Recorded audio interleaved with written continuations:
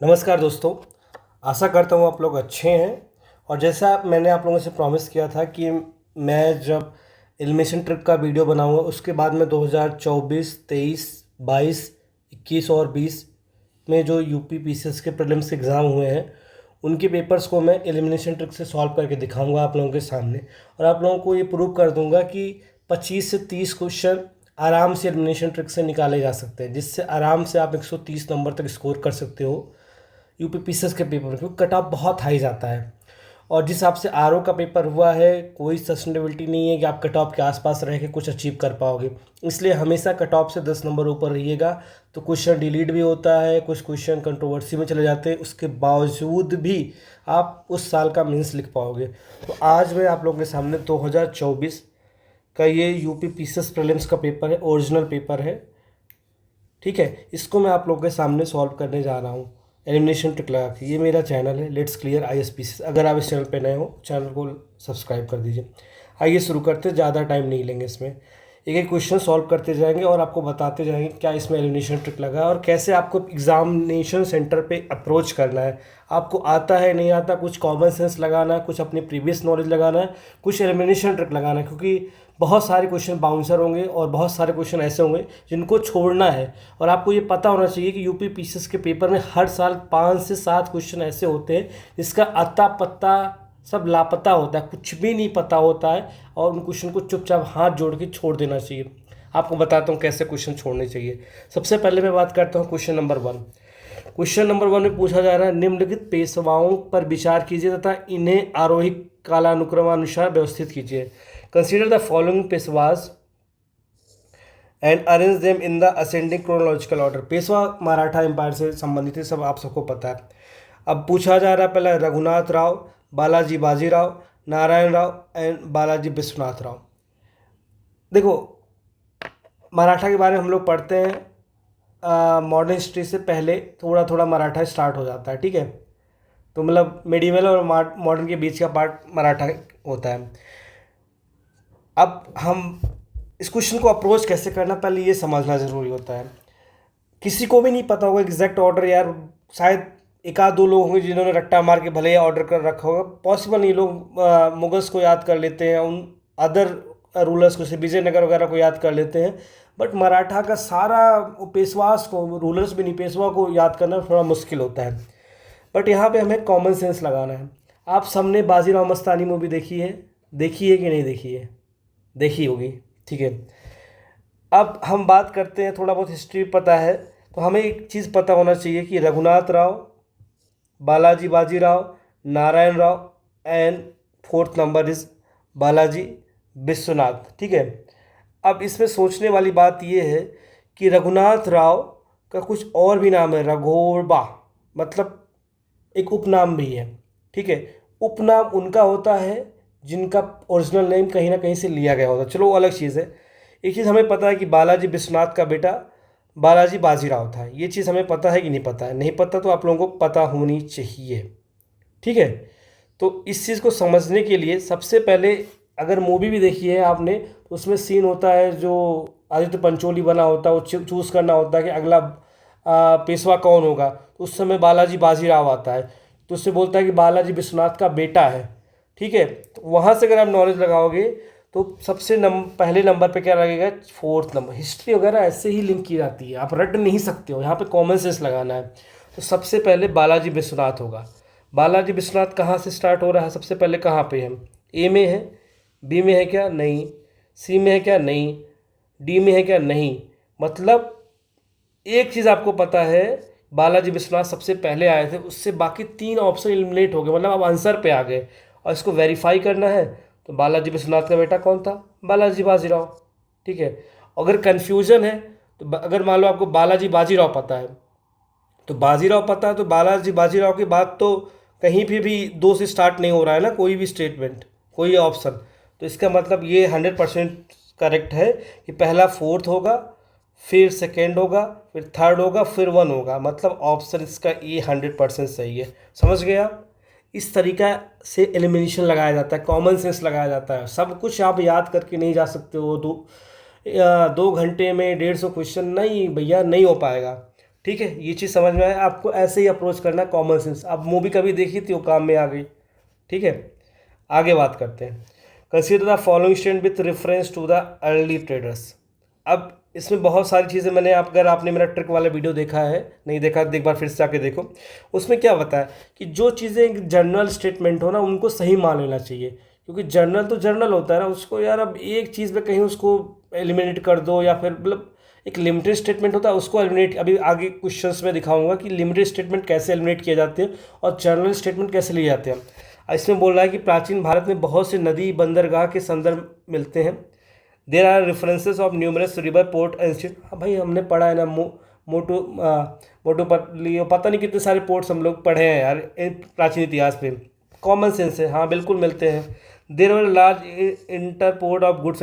भाई जब पोर्ट मिलेंगे, बंदरगाह होंगे, तो वहाँ पे यातायात भी होगा, गोदाम भी होगा ना। ये दोनों स्टेटमेंट एक दूसरे के पूरक हैं, कॉम्प्लीमेंट्री है दूसरे, तो ऑब्वियस सी बात दोनों इसका सही होगा। इसका आंसर ए होगा। ये बहुत जनरल, ऐसे जनरल अप्रोच करना होता है आपको। 2024 का पेपर मैं सॉल्व कर रहा हूँ, आप समझो ऐसे ही 12 अक्टूबर को जो पेपर होने वाला है उसको ऐसे ही अप्रोच करना है। इस पेपर के बाद मैं 2023 का पेपर सॉल्व करके दिखाऊंगा एलिमिनेशन ट्रिक से, 2022 का दिखाऊंगा, 2021 का दिखाऊंगा, 2020 का दिखाऊंगा। तब आपको समझ में आएगा कि भाई ये जो हवा होता है ना, ये रट के जाओ वो रट के जाओ, ये रट्टाफिकेशन अलग चीज़ होती है, अदर स्टेट एग्जाम में होते होंगे। बट यूपी पीसीएस जो है यूपीएससी को फॉलो करता है, तो यूपीएससी में भी कॉमन सेंस लगता है। और यहाँ पे भी हम वो ग्रुप डी और ग्रुप सी के एम्प्लॉय बनने नहीं जा रहे हैं, हम लोग ए ग्रेड ऑफिसर बनने जा रहे हैं। तो यहाँ पे एक कॉमन सेंस एप्टीट्यूड लगाना होता है, जो कि लग रहा है। आगे बात करते हैं question number 3। Arrange the following Sen rulers of Bengal in the ascending chronological. अब बल्लाल सेन, लक्ष्मण सेन, हेमंत सेन, विजय सेन। मुझे नहीं पता पर्सनली, ये मैं जो बोला था ना 7-8 क्वेश्चन जो आते हैं जिनको आपको छोड़ना होता है, उनमें से एक क्वेश्चन ये है जिसको आपको छोड़ना चुपचाप। अगर आप बंगाल से नहीं हो या specially Bengal public service commission की तैयारी नहीं की हो, तो आपको ये आंसर नहीं पता होगा। जो लोग किए होंगे, जिनको पता होगा, उनके लिए अलग बात है। इसलिए मैं ये बोलता हूँ इस क्वेश्चन को चुपचाप आंख बंद करके छोड़ दो। एक क्वेश्चन से आपको कुछ हो नहीं जाएगा, ठीक है, बल्कि गलत होने के 100% चांस इसमें, ठीक है। अब अगला क्वेश्चन देखो, आसान क्वेश्चन, और उसमें यहाँ पे क्या होता है, इसमें ट्रिक लगी है, दिखाता हूँ। Consider the following student with reference to Bairam Khan.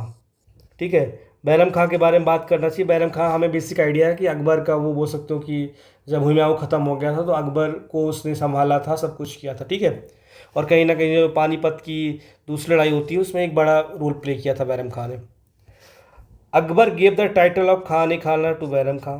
Khan e Khan का उपाधि अकबर ने बैरम को, अकबर बहुत सारी उपाधियां बांटता था, हाँ हो सकता है खान ए खां की बैरम खां को दे दिया। ये जनरल स्टेटमेंट है, बैरम खां को नहीं दिया था, इसको प्रूव करने में समय लग जाएगा, और इतिहास में कहाँ कहाँ से साक्ष्य लेके आओगे। इसलिए ये जनरल स्टेटमेंट है, इसको मान लो कि हाँ दिया होगा उसने, ठीक है, मान लिया मैंने दिया होगा। This title was not given at the time of appointment of Bairam Khan as a wazir of empire.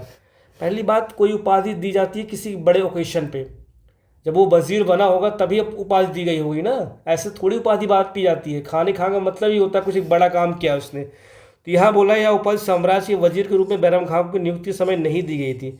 दी गई थी नहीं गई थी हमें नहीं पता भाई, एक नेगेटिव स्टेटमेंट है, क्या पता दी गई हो, क्या पता, चांस ज़्यादा है देने की ना, क्योंकि वजीर था और कहीं ना कहीं बैरम खां को बहुत ज़्यादा अकबर मानता था, तो दे दिया होगा वजीर बनते समय। तो इसलिए ये स्टेटमेंट निगेटिव स्टेटमेंट, नॉट को पकड़ो, मैंने बोला था नॉट ओनली, ये सब निगेटिव स्टेटमेंट है, इसलिए सेकंड ऑप्शन गलत होगा, सेकंड स्टेटमेंट गलत होगा। इसलिए इसमें क्या गलत हो जाएगा, सब सेकंड गलत हो जाएगा, तो डी गलत हो गया, ए गलत हो गया, और हमारा फर्स्ट वाला सही है, तो ऑप्शन इसका सी हो जाएगा। समझ में आ रहा है थोड़ा सा, समझो ऐसे ही पेपर सॉल्व किया जाता है बड़े भाई या हमारी प्यारी बहनें, जो लोग इस वीडियो को देख रहे हो ऐसे ही अप्रोच करो। आगे देखो क्या होता है ना कि कोई भी एग्ज़ाम होता है उसमें 10 क्वेश्चन 15 क्वेश्चन एकदम एक्सट्रीम टफ वाले दे दिए जाएंगे, 8-9 क्वेश्चन ऐसे दिए जाएंगे जिनका तुम्हें हवा ही नहीं लगेगा, अता पता ही नहीं होगा। बाकी जो क्वेश्चन रहेंगे वो इजी टू मॉडरेट या फिर इजी रहेंगे। तो हमें ना एक्सट्रीम में नहीं जाना है, हमें जो एकदम जिसकी हवाएं लगे उनको छोड़ना। भाई 15-20 क्वेश्चन छोड़ दोगे तो क्या हो जाएगा, 10 क्वेश्चन छोड़ दोगे तो कुछ हो जाएगा, नहीं हो जाएगा भाई, गलत होने के चांस ज़्यादा उनके। अब जैसे ये सेन रूलर वाला था, भाई मुझे तो आता पता नहीं था इसका, तो मैं चुपचाप इसको छोड़ देता हूँ।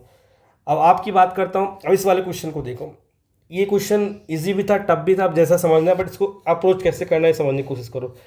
अगर करंट सिनेरियो की बात की जाए तो सबसे ज़्यादा पॉपुलेशन किसकी है? यूपी की है।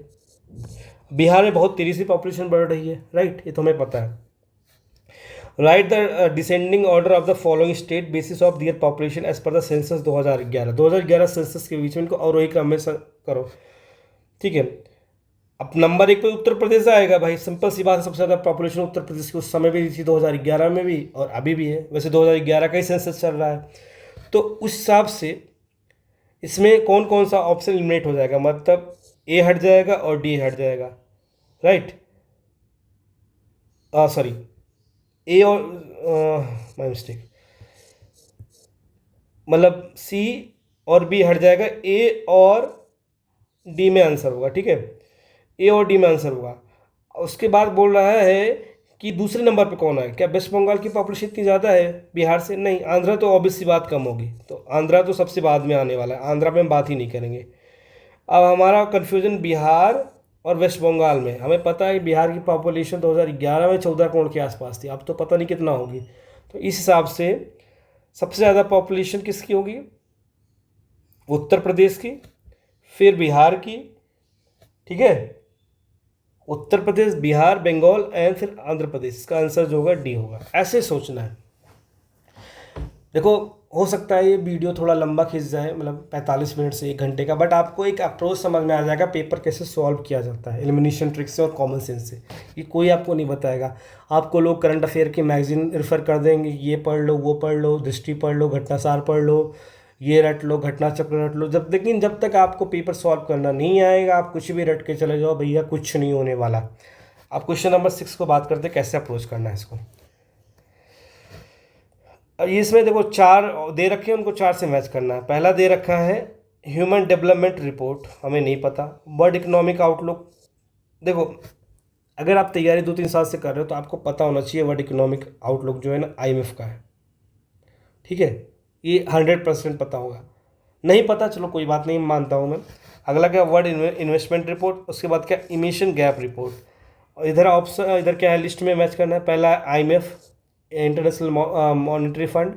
यार हिंदी इंग्लिश वाले थोड़ा सा यार मैनेज कर लेना, मैं इंग्लिश बैकग्राउंड से हूँ तो मुझे थोड़ा कंफर्टेबल होता है इंग्लिश में, बट आप समझ रहे हो ना कि उसको पैटर्न लॉजिक समझने की कोशिश करो, मैं क्या आप लोगों को डिलीवर करना चाह रहा हूँ कि पेपर कैसे सॉल्व किया जाता है, ठीक है। तो IMF और अंतर्राष्ट्रीय मुद्रा कोष एक ही चीज़ है, आप समझ लेना, ठीक है।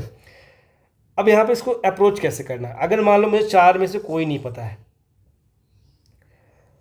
तो इमिशन गैप रिपोर्ट, मतलब कोई इमिशन हो रहा है, ठीक है, इन्वायरमेंट रिलेटेड कोई चीज़ है, ठीक है, तो इन्वायरमेंट रिलेटेड कौन सी चीज़ है, सेकेंड ऑप्शन है world national environment programme. Emission मतलब समझ लो पॉल्यूशन वगैरह सारी चीज़ें हैं, तो डी के 2 होने के चांस ज़्यादा है। अगर आपको नहीं पता है वर्ल्ड इकोनॉमिक आउटलुक जो है इंटरनेशनल मॉनेटरी फंड का है, ठीक है, नहीं पता है तो, अगर पता है तो कोई बात नहीं, मुझे पता था तो मैं सीधा सा सॉल्व कर लेता, बट नहीं पता होता लोगों को, ठीक है, तो सी और डी चुपचाप हट जाएंगे। अब बचे ए और बी में चूज़ करना। पहला है ह्यूमन डेवलपमेंट रिपोर्ट, मतलब कौन कर रहा है, UNDP, डेवलपमेंट मतलब डेवलपमेंट यहाँ पे, ठीक है। उसके बाद दूसरा, चलो मान लो दूसरा 1 और 4 में कंफ्यूज हो, बोला इकोनॉमिक आउटलुक और world economic conference on trade and development, पता नहीं क्या चीज़ है भाई, हमें नहीं पता। उसके बाद इन्वेस्टमेंट रिपोर्ट।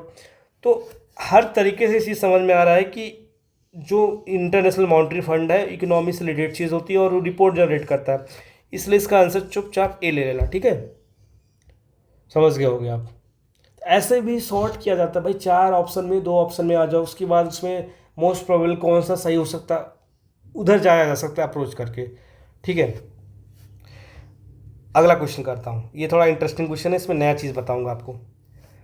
थोड़ा यही तो कॉमन सेंस होता है यार, जब 2-3 साल 4 साल आप पेपर दे लेते हो ना तो आपको एक कॉमन सेंस डेवलप होता है। यही एप्टीट्यूड जीवन में भी लाना है। जब आप ऑफिसर बन जाओगे तो आपको नॉलेज काम नहीं आएगी, आपने जो रीजनिंग डेवलप की है इन प्रिपरेशन में ना, उनको आप यूटिलाइज़ कर पाओगे। आपको डिसीजन कैसे लेना है, इसीलिए 2 घंटे में 150 क्वेश्चन कराया जाता है भाई। आप डिसीजन कैसे ले पाते हो, वही चीज़ आप लाइफ में करोगे जब आपको 5 मिनट के अंदर डिसीजन लेना होगा और सही डिसीजन लेना होगा, क्योंकि तो एग्ज़ाम है यहाँ पर, ठीक है आप एग्ज़ाम में फेल हो जाओगे कोई बात नहीं, बट वहाँ पर जीवन में किसी का होता है भाई, करप्शन होती है, कितनी सारी चीज़ें होती है, वहाँ पे आपको डिसीजन लेना होता है, किसी का अच्छा बुरा में डिसीजन लेना है, बड़ी बड़ी पॉलिसी में डिसीजन लेना है, वो डिसीजन सही होना चाहिए, तो यही स्किल डेवलप होती है।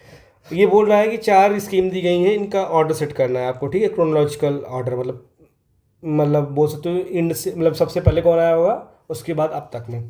पहला बोला प्रधानमंत्री ग्रामोदय योजना, रूरल एम्प्लॉयमेंट जनरेशन योजना, प्राइम मिनिस्टर रोजगार योजना and Valmiki Ambedkar Awas Yojana.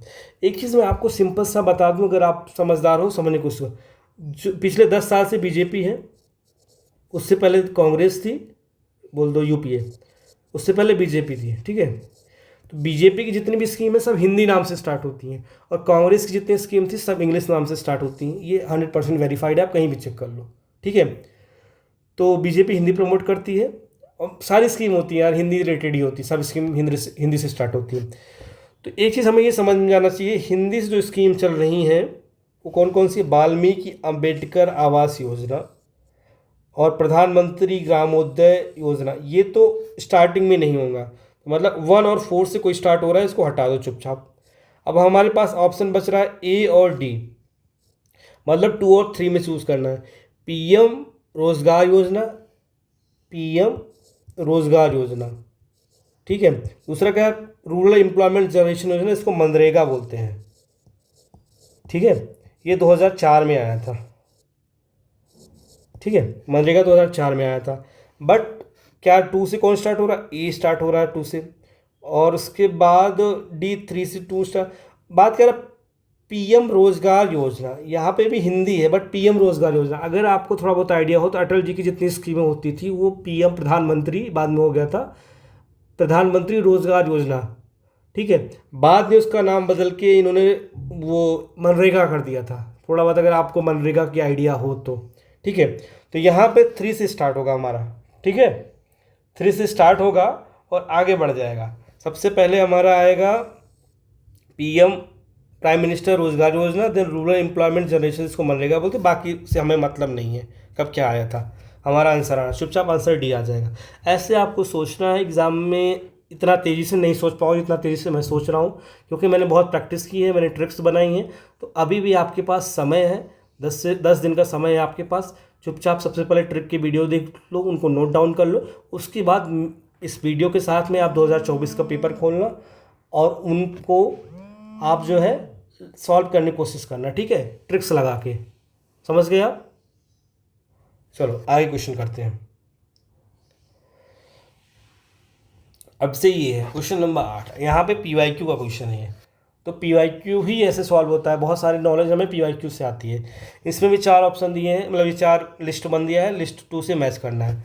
The wealth of nation Adam Smith सबको पता है, इसलिए इन्होंने कंपटीशन ही ख़त्म कर दिया, डी सब में रख दिया, ठीक है। अब हमें 3 को 3 से मैच करना है।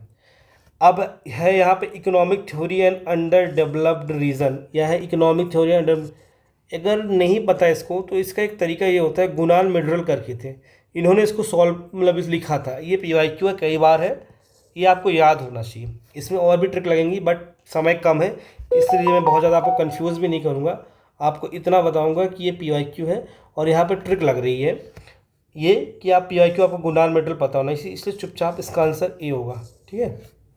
पीवाईक्यू का ही पार्ट है, जो लोग एग्ज़ाम लगातार लिख रहे हैं उनको पता है गुनाल मिडरल ने लिखा था, कई बार पूछा है यार ये। अगला क्वेश्चन देखो, नॉट बोल रहा है यहाँ पे, which of the following statement is not true about ecological निच। इकोलॉजिकल निच करके एक चीज़ होती है जिसको हम बात करते हैं पारिस्थितिक निकेत के बारे में, सही नहीं है। पहला बोल रहा है dominant species occupy extensive and broader ecological, सही बात है, ये तो सही होता है। यहाँ पूछ रहा नहीं है, आपको बताना है कौन है, मतलब कौन नहीं है, तो ये तो पहला तो सही है। Number of species become larger ecological निच ऑफ नेचुरल इकोसिस्टम में इफ रिसोर्स आर, ये भी सही बात है। Number of species become small ecological निच इफ रिसोर्स आर, ये क्या लॉजिक है, तो बड़ा अजीब सा। और dominance of single species become the minimum and the resource distribution, मैंने क्या ट्रिक बताई थी, अगर 4 ऑप्शन दिए हैं और 4 ऑप्शन में 3 ऑप्शन का फ्लो एक जैसा है, एक पॉजिटिव जा रहा है और चौथा कोई एक ऑप्शन है जिसका थोड़ा सा कॉन्ट्राडिक्टरी अपोजिट है, तो आंसर वही होगा। इसमें क्या ए बी और डी एक पॉजिटिव में बात कर रहे हैं। अगर आपको इकोलॉजिकल निश नहीं पता है उसके बावजूद भी आपको पता है कि कुछ एक जेन्युइन बात कर रहे हैं ए बी और डी। सी जो है एक अजीबो बात कर रहा है, number of species become small in ecological निश इफ रिसोर्सेज आर सफिशिएंट। भाई एक बात सोचने वाली है, अगर रिसोर्स सफिशिएंट है तो स्पीसीज कम क्यों होंगी? स्पीसीज तो बढ़ेंगी ना bro, it's a common sense, understand करो ना यार, इसमें क्या समझने वाली बात है? चुपचाप आंसर सी ले लो यार। समझ गए ना? ऐसे ही दिमाग को चलाना है मेरे भाई। अब ये भी पीवाई की क्वेश्चन है, इवन यूपीएससी में पूछा गया है, इसमें मैच करना है। सिमलीपाल टाइगर रिजर्व कहाँ है बता दो। चलो मेरे को पता है, मेरे को उड़ीसा पता है, बट इसको नॉर्क्रेक ये भी पीवाईक्यू है। ये मेघालय में है, मानस असम में है, अगस्तमलाई केरला में है। ये चारों के चारों मुझे पता है, ये यूपीएससी के पीवाईक्यू हैं। अब लोग बोलते हैं कि पीसीएस एग्जाम है, पीसीएस एग्जाम। भाई पीसीएस एग्जाम जो है ना यूपीएससी को कॉपी करता है। अगर यूपीएससी आपने दिया है और 10 साल के पेपर सॉल्व किए ना, 2014 या 15 के आसपास से क्वेश्चन पूछे गए हैं यूपीएससी में, ठीक है। मैंने पेपर दिया है, मैंने पीवाईक्यू सॉल्व किया है, इसलिए बोल रहा हूँ कि जो यूपीएससी में आता है बाद में पीसीएस में वही पूछता है, चाहे प्रीलिम्स हो चाहे मेंस हो। इवन एलिमिनेशन ट्रिक्स भी जो आज से 3 साल 4 साल पहले यूपीएससी में एलिमिनेशन ट्रिक्स लगती थी, वो अब यूपी पीसीएस में लग रही हैं। जो यूपी पीसीएस अब यूपीएससी ने क्या किया है, जो पुरानी ट्रिक्स थी उनको थोड़ा मॉडिफाई कर दिया, एडवांस ट्रिक लगा रहे हैं जो कि अभी तक यूपी पीसीएस में नहीं आई है। 2-3 साल बाद यूपी पीसीएस में आएंगी। सिर्फ आँख बूंद के कॉपी करते हैं बस यूपीएससी को। तो इस चारों ऑप्शन जो है पीवाईक्यू है, इसे सॉल्व करते हैं। चलो मानस तो सबको पता है ना यार, बच्चे बच्चे को यार कि ये आसाम में है, तो डी का 3 होगा, बीसी कट गया। अब सिमलीपाल का क्या है, पहला बोल रहा है केरला में है और दूसरा बोल रहा है कि उड़ीसा में है। भाई उड़ीसा में ही है ना, सिंपल सी बात।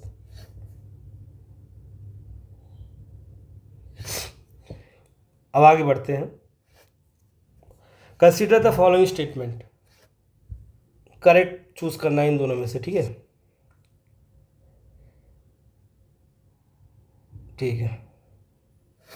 Scientific investigation depend on the comment from practical ideas. भाई ये सही बात है ना, इसमें सोचने वाली क्या बात है?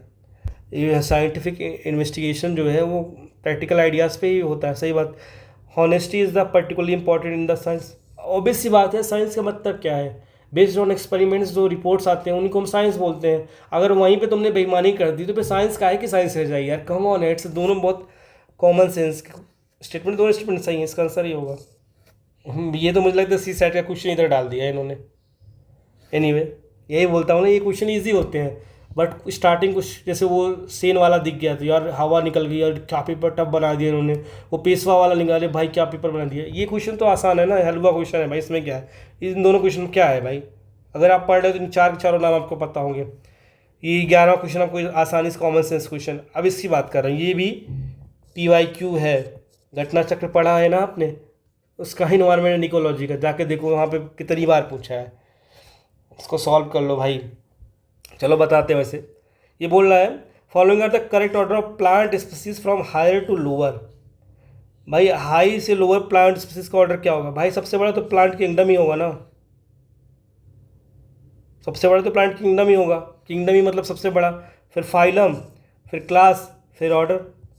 सिंपल सा बात, कॉमन सेंस यार, समझे? सबसे बड़ा तो प्लांट किंगडम ही होगा ना। अभी ये लो से हाई बोलता तो उल्टा हो जाता, order, class, phylum and plant kingdom. ये भी पीवाईक्यू पूछा है, एक बार लो से हाई पूछा है, इस बार हाई से लो पूछ लिया। समझ रहे हो ना आप लोग? ऐसे ही पेपर सॉल्व किया जाता है, बस वहाँ पे कूल काम रहो, जो कि मैंने पिछले वीडियो में बताया, जाके देखो, मस्ट वीडियो है। ये देखते हैं, consider the following statement with reference to the justice party. भाई जस्टिस पार्टी थोड़ा बहुत आइडिया है क्या आपको? चलो नहीं है तो मैं बताऊंगा बाद में। सिंपल सी बात क्या कह रहा है, the justice party oppose the Congress by calling the Brahmin dominated organisation. सही बात है, 100% सही बात है। ठीक है, दूसरा क्या है, नाम ही है जस्टिस यार, तो मतलब सोशल अपलिफ्टमेंट की बात कर रहा होगा, तो फिर वो बोल रहा है ब्राह्मण डोमिनेशन था वहाँ पे कांग्रेस में, कई बार हमने स्ट्रीम पढ़ा है, तो ऑब्वियस सी बात जस्टिस के लिए उन्होंने अपोज किया होगा। It claim the same communal representation of non Brahmins in the monumental reform had given to Muslim. ये भी बात जस्टिस, अब जैसे मुस्लिम से बात कर रहे थे, पंजाबी बात कर रहे थे, वैसे इन्होंने भी बात किया होगा, दोनों कॉमन नहीं पता, उसके बाद भी जस्टिस वर्ड का ही मतलब आ रहा है इक्वलिटी, मतलब जो सोशल अपलिफ्टमेंट्स को बोलते हैं, जो बैकवर्ड्स हैं उनको ऊपर ले आना। अब इन्होंने क्या बोला था, ब्राह्मण डोमिनेशन था कांग्रेस में उस समय, हाँ था, तो उन्होंने उस चीज़ की बात रखी। सेकंड भाई, जब आपने मुस्लिम्स को दे रखा है थोड़ा सा रिजर्वेशन, तो हमें भी दो, कॉमन सेंस, इस पर क्या ही नॉलेज लगेगा यार। अगला क्या है, peasant party, workers and peasant party. The Workers and Peasant Party was formed 1927. It was given to form All India Organization.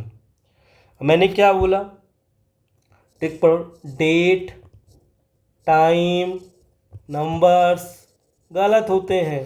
1927 लिखा है, हो सकता है 28 हो सकता है 30 हो, हमें पता है ट्रिक, तो हम चुपचाप से गलत मान लेंगे। द ऑब्जेक्टिव क्या होता है, पॉजिटिव होता है। जब मैंने आप ट्रिक देखो मेरा, उसमें बोला ऑब्जेक्टिव, एम, मोटिव, जहाँ पे भी लिखा होता है वो पॉजिटिव स्टेटमेंट होते हैं और सही होते हैं और कहीं ना कहीं से कॉपी पेस्टेड होते हैं। तो यहाँ क्या बोला, the objective of this party was to work within the Congress so that it could be made a more revolutionary inclined party and an organisation of the common people. Simple सी बात है भाई, ऑब्जेक्टिव से ही मैंने इसको सही मान लिया और 1927 से गलत मान लिया, चुपचाप आंसर डी पकड़ लो। समझे गए, ट्रिक ऐसे ही लगाया जाता है, ये डेवलप करना पड़ेगा, अभी 10 दिन बचे हैं। अगला क्या बोल रहा है, consider the following events and arrange them in the chronological order. भाई इनको क्रोनोलॉजिकल ऑर्डर में करना है। East India association, national Indian association, Indian society and Indian association. अब ये थोड़ा सा डिफिकल्ट क्वेश्चन है, बट ये हमने पढ़ रखा है हिस्ट्री में, ठीक है। एक चीज़ समझ में आ रहा है, ईस्ट इंडियन एसोसिएशन, यहाँ पे भी 1 से स्टार्ट हो रहा है, यहाँ पे भी 1 से स्टार्ट हो रहा है, तो चांस है कि ए, बी और डी में से आंसर होगा। और ख़त्म किस पे हो रहा है, 4 पे, इंडियन एसोसिएशन, चांसेस है बी और डी में ही आंसर होगा। अब सोचने वाली बात है कि नेशनल इंडियन एसोसिएशन पहले आया होगा, इंडियन सोसाइटी पहले आई होगी। अब इसमें ये सोचने वाली बात है, इसको सॉल्व कैसे करोगे। देखो यहाँ से ईस्ट इंडिया, मतलब पहला से स्टार्ट समझ में आ गया, national Indian, Indian and Indian, ठीक है। पहले मतलब मैं कैसे सॉल्व कर दूंगा एग्जाम में, सोचो इस चीज़ को। पहले ईस्ट इंडिया एसोसिएशन की बात हुई, फिर एक नेशनल फीलिंग की बात हुई, नेशनल इंडिया को, नेशनल, क्योंकि उस समय छोटे छोटे टेरिटरी में बटा हुआ था भारत, ठीक है, तो उनको एक नेशनल फीलिंग लेके आना है। उसके बाद क्या, नेशनल इंडियन एसोसिएशन नाम। उसके बाद क्या आ गया, जब एक नेशनलिज्म की वो आ गया ना, तो नेशनल वर्ड हटा के सिर्फ इंडियन वर्ड आ गया, मतलब इंडिया जो है सबको रिप्रेजेंट कर रहा है, कि ना यूनिफिकेशन, असिमिलेशन की बात कर रहा है, वो चीज़ उस हिसाब से अगर सोचोगे तो इन्होंने क्या किया, इंडियन, इंडियन मतलब 3 और 4 साथ में होना चाहिए, तो 4 एंड 3 बाद में होना चाहिए, मतलब 2 के बाद ही 3 आएगा, जो मैं ऐसा सोचूंगा। इस हिसाब से यही सबसे डी बेस्ट ऑप्शन बन रहा है और मैं डी इसको ले लूँगा आंसर। ओके, अगला, consider the following event and arrange them in a correct chronological order starting from the earliest to last. वही फिर से वही क्रोनोलॉजिकल ऑर्डर में, royal Indian naval revolt, announcement of cabinet mission, formation of interim government, arrival of UK parliamentary delegation to Delhi. Okay, इसको भी सोचने वाली बात है। 4 से स्टार्ट हो रहा है, चांसेस है कि ए, सी और बी में ही आंसर हो, और ख़त्म 3 और 2 में हो रहा है, ठीक है, +1 में भी है। सोचने वाली बात है ये कि सबसे पहले क्या हुआ होगा। रॉयल इंडियन नेवी रिवॉर्ड अगर याद हो तो बहुत लास्ट में हुआ था, 45 के बाद में हुआ था, बट क्या हुआ था कि यूके का पार्लियामेंट्री डेलीगेशन आया था जब वर्ल्ड वार वगैरह चल रहा था उस टाइम पे। तो मेरा ऐसा मानना है कि 4 से स्टार्ट होना चाहिए, ठीक है, 4 से स्टार्ट होगा। फिर इंटरिम गवर्नमेंट बनी थी, इंटरिम गवर्नमेंट के बाद ही कैबिनेट मिशन आया था ना, पहले तो आया नहीं था, इसलिए इसका आंसर ए होगा। ऐसे ही यूज़ करना पड़ेगा आपको knowledge. With reference to age of consent act, ये यूपीएससी का क्वेश्चन है, यूपीएससी 2020 में आया था, ठीक है। Age of consent, consider following, नहीं पता तो जाके चेक कर लो चुपचाप, 2020 का यूपीएससी पेपर है। Consider following age of consent, it was Behramji Malabari या Parsi reformer from Bombay who advocate this legislation. Okay, ये सही बात है। दूसरा क्या है, the act was supported by the extremist being led by, अरे भाई बाल गंगाधर। एज ऑफ कंसेंट क्या था कि एक एज से कम की उम्र में अगर शादी हो जाती है तो उसको मान्यता नहीं मिलती थी। कि रमाबाई करके कोई थी, वो डॉक्टर बनना चाहती थी, उनकी शादी एक बुड्ढे से हो गई थी, कोई दादा भाई कुछ करके थे। तो वो कोर्ट में केस चला गया था, ये उसने बोला था कि मैं ससुराल नहीं जाऊंगी, मुझे शादी कर मतलब ये पढ़ाई करनी है आगे। तो एज ऑफ कंसेंट एक्ट हुआ था, जिसका अपोज किया था उन्होंने, क्योंकि कहीं ना कहीं बाल गंगाधर तिलक जो थे वो अपना एक होता नहीं ओल्ड मेंटालिटी के थे। उन्होंने अपना जो हिंदू कल्चर चला आ रहा था उसमें कहीं ना कहीं पुरुष प्रधान समाज बोलते हैं उस पर ज़्यादा वेरी कर मतलब वो मान्यता देते थे, इसलिए इसका इन्होंने विरोध किया था age of consent. But Behramji Malabari जो थे कहीं ना कहीं ये रिफॉर्मिस्ट थे, और इन्होंने ये रमाबाई वाला जो केस था इन्होंने लड़ा था। इसलिए मतलब मैं स्टोरी बता रहा हूँ क्योंकि मुझे पता है चीज़ें। एनीवे यहाँ पे निगेटिव वर्ड है, support extremist wing lead by support and कुछ जो भी।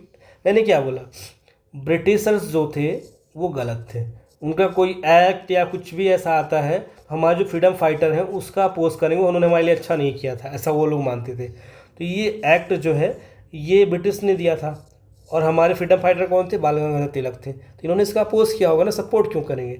इसलिए इसका आंसर डी नहीं हो सकता, ए नहीं हो सकता, और पहला वाला सही।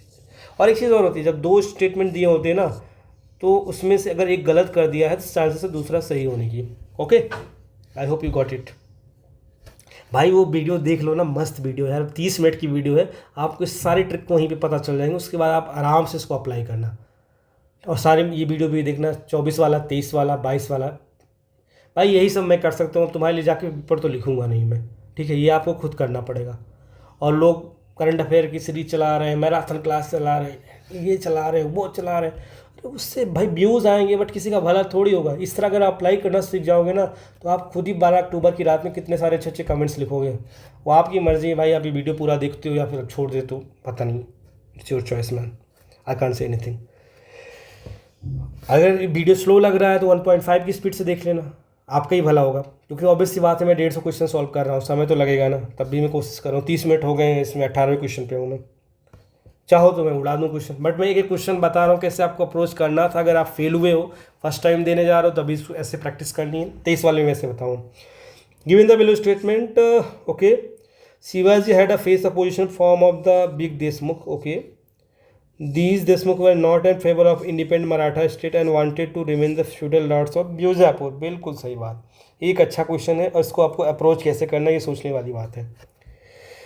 बीजापुर स्टेट पहले से था, मराठा बाद में आया। तो देशमुख क्या था, जो चंदा वगैरह कलेक्ट करते थे, हमने पढ़ा है सर देशमुखी, और वो 2 टैक्स लगते थे मराठा एम्पायर में।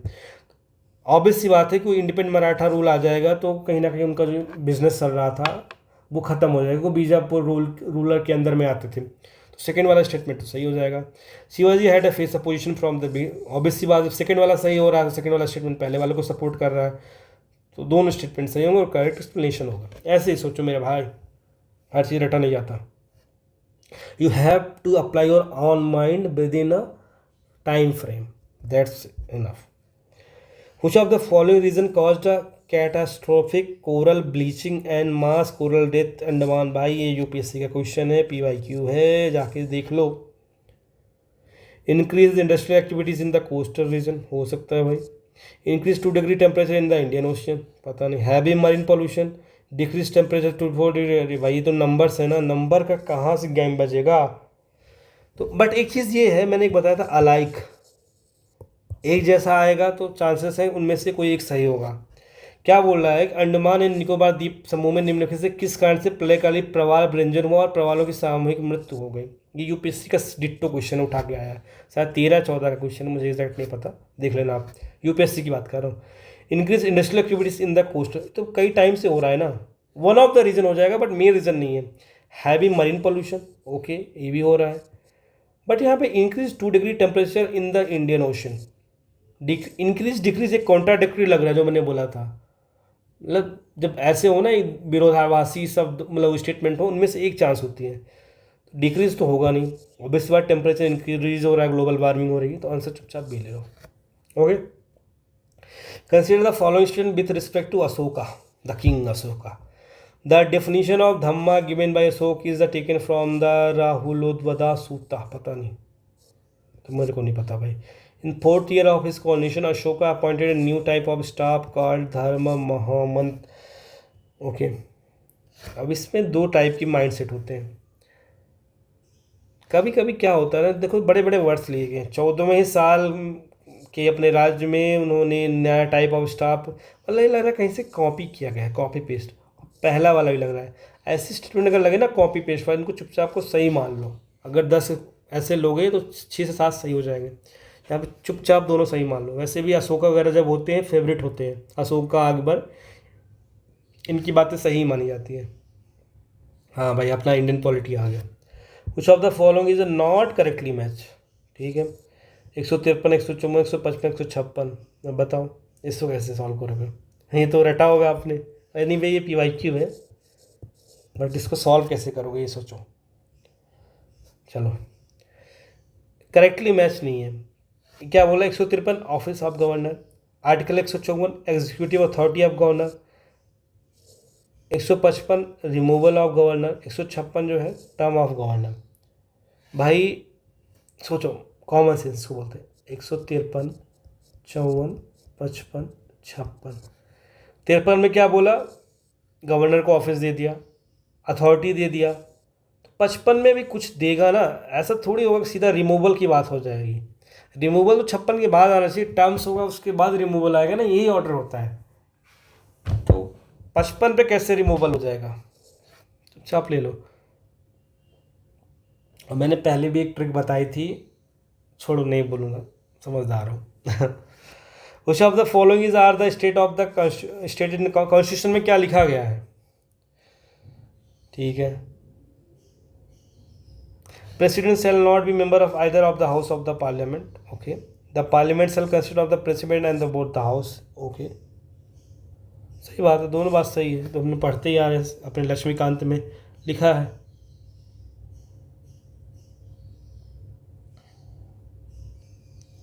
Consider the following statement. An amendment to the constitution of India can be initiate by Lok Sabha. हो सकता है, राज्यसभा भी हो सकता है. ये दोनों तो होगा नहीं. तो कितनी बार हमने किया टेस्ट सीरीज में, 75 बार इससे क्वेश्चन आते हैं. इसमें सोचना ही नहीं, सबसे आसान क्वेश्चन है. विच of the following is a function of the election commission of India. ये अच्छा क्वेश्चन है. चुनाव हुआ था 2024 में, तो क्वेश्चन तो आना ही था इसका. Conduct the election for the post of speaker and deputy speaker and Lok Sabha and deputy. Okay, conduct the election of the municipal. ये तो गलत होता है, तो सेकेंड वाला हटा दो. ये हट गया, ये हट गया, तो ये भी हट जाएगा. आंसर सी हो जाएगा. इसमें आँख बंद करके ले लो. ठीक है, सॉरी नहीं, डाउट तो सुप्रीम कोर्ट में मैंने देखा नहीं था. नन होगा इसका आंसर. ठीक है, ये तो सुप्रीम कोर्ट देखेगा ना. इश्यूज़ वगैरह आए सुप्रीम कोर्ट या फिर हाई कोर्ट जो होता है. ठीक है, which one of the following is a not a correctly matched. हाँ, ऐसे क्वेश्चन आते हैं. इसको सोचना है कि कैसे सॉल्व करेंगे. GVK Rao committee, Dantwala committee, Santhanam committee and Ashok Mehta committee. देखो, अशोक मेहता कमेटी हमें पता है पंचायती राज से रिलेटेड है. ठीक है, हम पढ़ते हैं अशोक मेहता कमेटी, बलवंत राय मेहता कमेटी की, सब बहुत सारी कमेटियाँ पढ़ते रहते हैं. तो ये तो सही है. GVK राव, ये भी ब्लॉक लेवल, भी पंचायत से रिलेटेड है. अब इसमें दोनों में प्रॉब्लम है, संतनाम कमेटी एंड दंतेवाला कमेटी. अब इसमें कन्फ्यूज़न, अब 50-50 पे जा सकते हो आप, आपकी चॉइस है.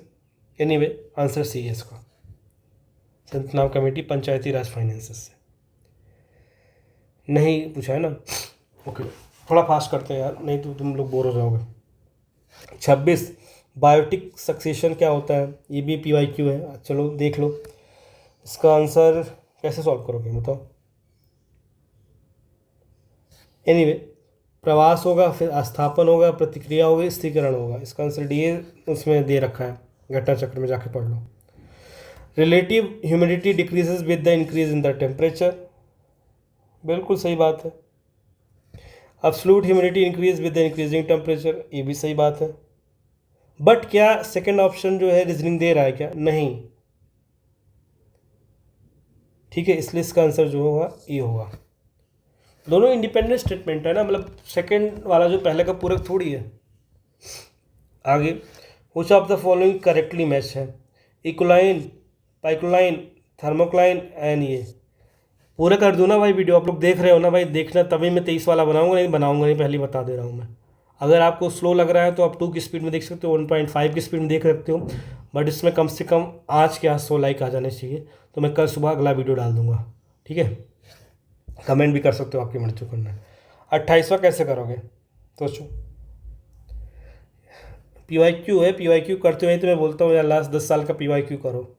PYQ अगर क्या होता तो आंसर इसका भी पता होता आपको। ये यूपीएससी में पूछा गया है, यूपीएससी के 15 साल क्वेश्चन करो प्लस पीसीएस से करो, आपको पेपर आधा मिल जाएगा उसमें। मैच लिस्ट में ओके, ये थोड़ा सा अजीब सा क्वेश्चन है, इसको सॉल्व करते हैं कैसे करना होगा।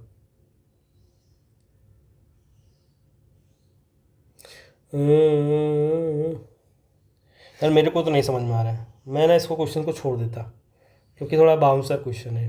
ठीक है, छोड़ देते इसको, आगे करते हैं। Which of one of the following pairs aluminium plant state not correctly match? Okay, Hirakud Orissa में तो सबको पता है, बच्चे बच्चे को पता है। ठीक है, मूरी नहीं पता, अलपुरम अलवाई केरला जैसा नाम लग रहा है, सही बात होगी। बेलागवी एंड मूरी, वैसे बेलागवी पता होना चाहिए, नहीं बेलगांव फिर बेलागवी ऐसा ना। मूरी जो है झारखंड जैसा कुछ लग रहा है, छत्तीसगढ़ भी हो सकता है, मतलब कन्फ्यूजन के लिए, बट बेलागवी कर्नाटका थोड़ा ज़्यादा पॉपुलर है, इसलिए चुपचाप सी ले लो।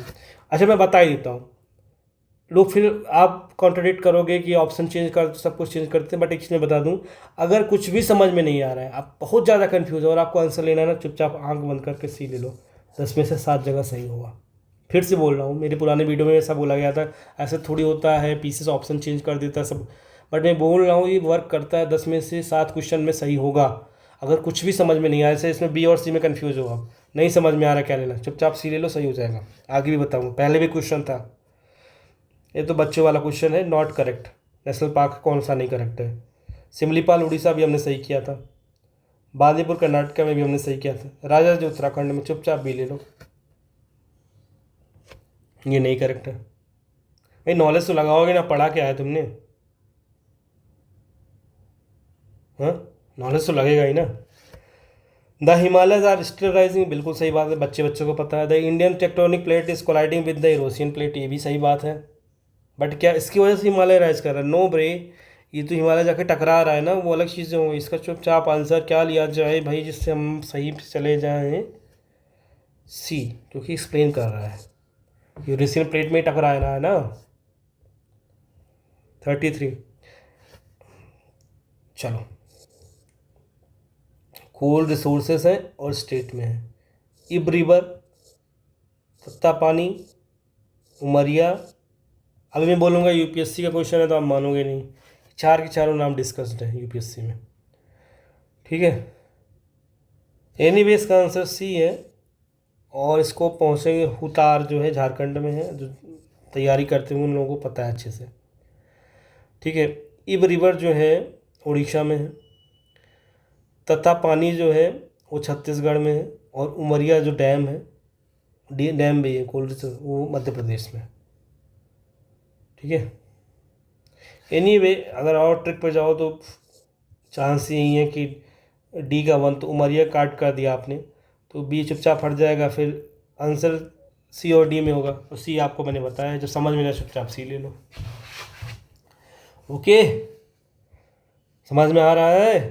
थोड़ा स्पीड बढ़ाते हैं ब्रो, नहीं तो यहीं पे रह जाएंगे, फिर आप बोलो क्या पढ़ा रहे हो, क्या बता रहे हो। ये क्वेश्चन कराना है क्या जो 34? ये तो यार पता होना चाहिए आपको, मतलब नॉलेज इतनी होनी चाहिए। इसका आंसर सी है। अब इसको सॉल्व कैसे करोगे बता रहा हूँ मैं। ठीक है, गुड़गांव कैनाल जो है, अब यहाँ पे रवि निबर तो होगी नहीं, सी का तो 4 होने वाला नहीं है, नहीं है ऑप्शन में। सतलज भी नहीं होगी, ठीक है, ये भी नहीं होने वाला, 3 भी हट जाएगा, और बचा यमुना, सतलज, और क्या क्या कहानियाँ हैं, सतलज भी नहीं है भाई। तो सी का तो चुपचाप समझ में एक ये आ रहा है कि 2 होना चाहिए, तो ये समझ रहे हो सतलज कहाँ पे है, तो गुड़गांव कहाँ पे है, तो आंसर सी और डी में होगा, और सी और डी में होगा। एक तो हमने इंदिरा गांधी कैनाल कहाँ पे है, इंदिरा गांधी कैनाल कहाँ पे है बताओ, इंदिरा गांधी कैनाल पता होना चाहिए भाई, राजस्थान में है, सतलज रावी व्यास पे बनता है। ठीक है, सिर्फ रावी पे नहीं है, सतलज रावी व्यास पे है। इससे ये 3 से मैच हो जाएगा। गुड़गांव जो है यमुना रिवर वाला मैच हो जाएगा। बस चुपचाप आंसर सी आ जाएगा, और कुछ भी नहीं है, समझ में आ रहा है, कन्फ्यूजन हो तब भी सी ले लो। पानी पी लेता हूँ 1 सेकंड। अगर समझ में आ रहा है तो लाइक ठोक दो।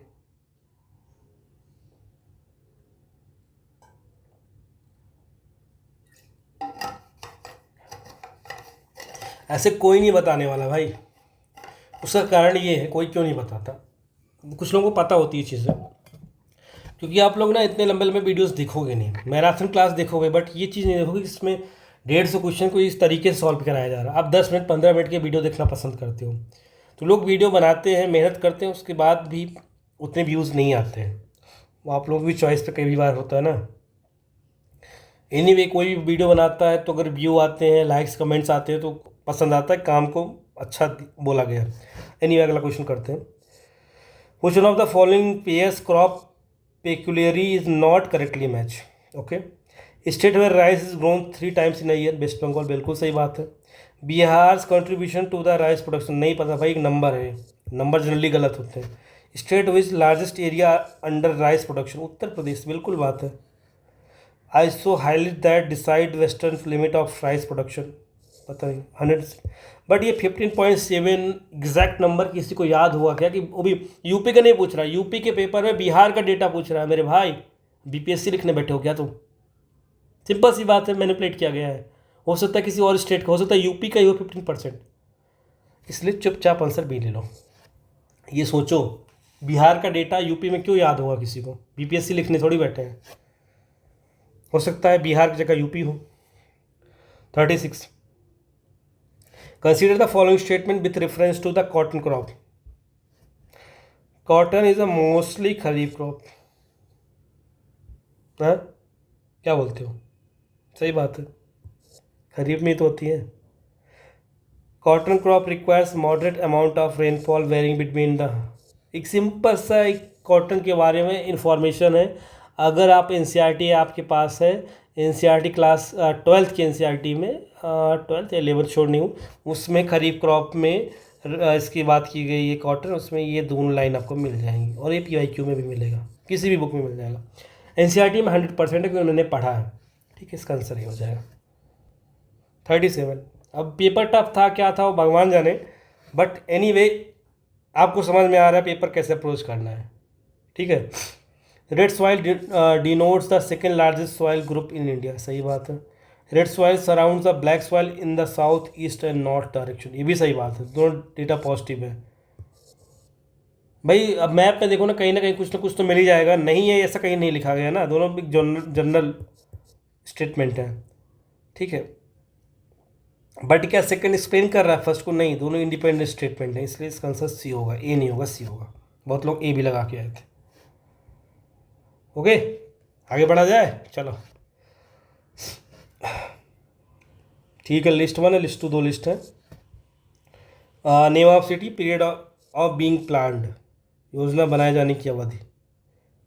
कांचीपुरम, जैसलमेर, कोडेकनाल एंड भिलाई। तो कोडेकनाल जो है मॉडर्न सिटी है, अंग्रेज़ों के टाइम पे बनाया गया था। नहीं पता? पता होना चाहिए मेरे भाई, ये भी यूपीएससी में आया है, इसीलिए बोला जाता है कि यूपीएससी का पेपर सॉल्व करना चाहिए। आंख बंद करके सी का 2 ले लूँगा मैं, कहीं पे आंसर इसका बी होगा। क्या बात करते हो यार, कोडेकनाल की एक झील है, उसके पे टाउन डेवलप किया गया है। जाके यूपीएससी का पेपर देखो यार, ईयर नहीं याद आ रहा है, मैंने सॉल्व किया इसलिए बता रहा हूँ, बाकी किसी से कोई मतलब ही नहीं है कॉलोनियल पीरियड से। ठीक है, अब इसको ट्रिक से सॉल्व कैसे करते हैं? ट्रिक तो लगेगी ही ना भाई, कुछ ना कुछ तो। कांचीपुरम एंशियंट टाइम में था, सही बात है। भिलाई जो है वो इंडस्ट्रियल एरिया है, तो पोस्ट इंडिपेंडेंस के टाइम पे डेवलप हुआ होगा। फिर जैसलमेर जो है मेटीरियल टाइम में, जो बोल सकते हो वो लोग जो थे राजपूताना टाइम पे, तब भी सॉल्व कर सकते थे। अब ये भी एनसीईआरटी का क्वेश्चन है, एनसीईआरटी में दिया गया है। मैंगो सावर, ब्लोसम सावर, नॉर्थ ईस्टर लू। चलो लू तो पता होना चाहिए कि यार लू कहाँ आता है, Punjab. Two two two two two लू का क्या आंसर होगा, बोलो बोलो। अरे यार लू अपने यहाँ यूपी में नहीं आता, क्या ही बात करते हो यार। ठीक है, तो जब एक पता हो गया तो बाकी आंसर सी पे आ जाओगे। मैंगो सोवर जो है कर्नाटक एंड कोस्टल एरिया में आता है। ब्लॉसम जो है वो केरला में आता है। एंड नॉर्थ वेस्टर्न जो है वेस्ट बंगाल में आता है। ठीक है, ये तो एनसीईआरटी की डेटा, इसलिए स्टैंडर्ड बुक पढ़ो। नॉट करेक्टली मैच्ड, कुछ of the following pairs are not correctly matched. Ottawa जो है कनाडा में, पता है मेरे को। डबलिन जो है आयरलैंड की कैपिटल है, ये भी पता है मेरे को। खार्तूम एंड नैपीदियाम्यू, खार्तूम इथोपिया में नहीं है, खार्तूम कहीं और है, पता होना चाहिए आपको। जैसे ये नॉलेज से करंट अफेयर क्वेश्चन है, बट ये नया पीदियो जो है ये न्यूज़ में था, तो ये पता होना चाहिए। कंसीडर द फॉलोइंग स्टेट, अब सारे के सारे क्वेश्चन ट्रिक से थोड़ी लगा लो, कुछ पता भी तो होना चाहिए भाई। क्या ट्रिक के भरोसे 10 दिन पहले पेपर देने जा रहे हो क्या। Consider the following statement with reference to the upper Gangetic agroclimatic region, this region encompasses central and western Uttar Pradesh. सही बात तो नहीं है, गलत स्टेटमेंट है। दिस क्या बोल रहा है, अपर, अच्छा sorry my mistake, upper Gangetic, मैंने मिडिल सोचा था। अपर में हाँ इधर है ना यमुना और वाला जो रीजन है, yes western UP and central UP में सही है। This region has more than 130% irrigation intensity and cropping intensity. Data है, क्या किया जाए। आप ए और सी में कंफ्यूज हो सकते हो, बट पॉजिटिव है भाई, एग्रीकल्चर की बात कर रहा है, एक पॉजिटिव स्टेटमेंट है, ले लो। क्या ही जाता है, गलत हो जाएगा तो हो जाएगा, बट ले लो। ओके, पास है और height from sea level. Okay, ये थोड़ा सा अच्छा क्वेश्चन था, बट इसमें एक क्वेश्चन सही कर लोगे तो बाकी तुम्हारा सही हो जाएगा। रोहतांग, बारालाचा एंड बनिहाल। अब ये देवसा तो नहीं पता अपने को, तो रोहतांग, बारालाचा एंड बनिहाल, इनमें सबसे ऊपर कौन हो सकता है। एनीवे क्वेश्चन छोड़ भी सकते थे, इसका आंसर ए है, मैं छोड़ देता इसको। Jute is a indigenous plant of India. बोलो। हाँ भाई, जूट तो इंडिया में होता है ना। जूट खरीफ को sown from the February to June and harvested from July to October, ये भी सही बात है,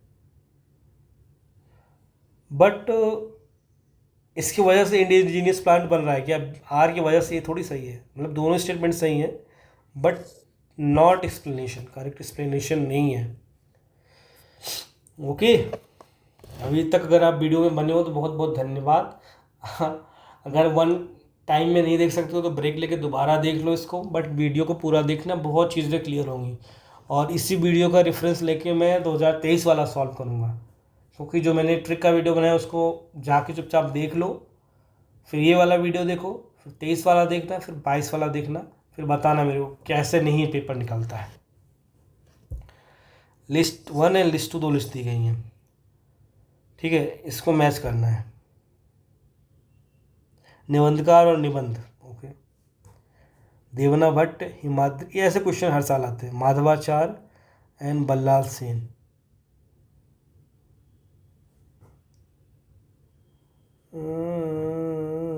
कैसे किया जाए इसको, सोचो।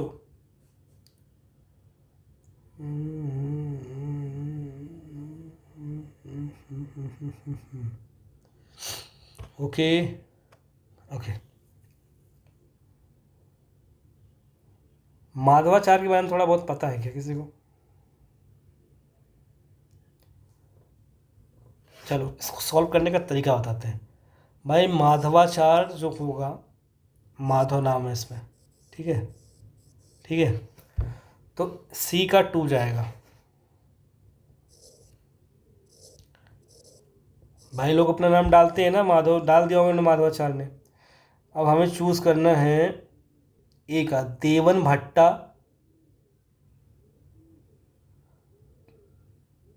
सी का 2 हो गया ना। देवन भट्टा क्या दान सागर थे? नहीं।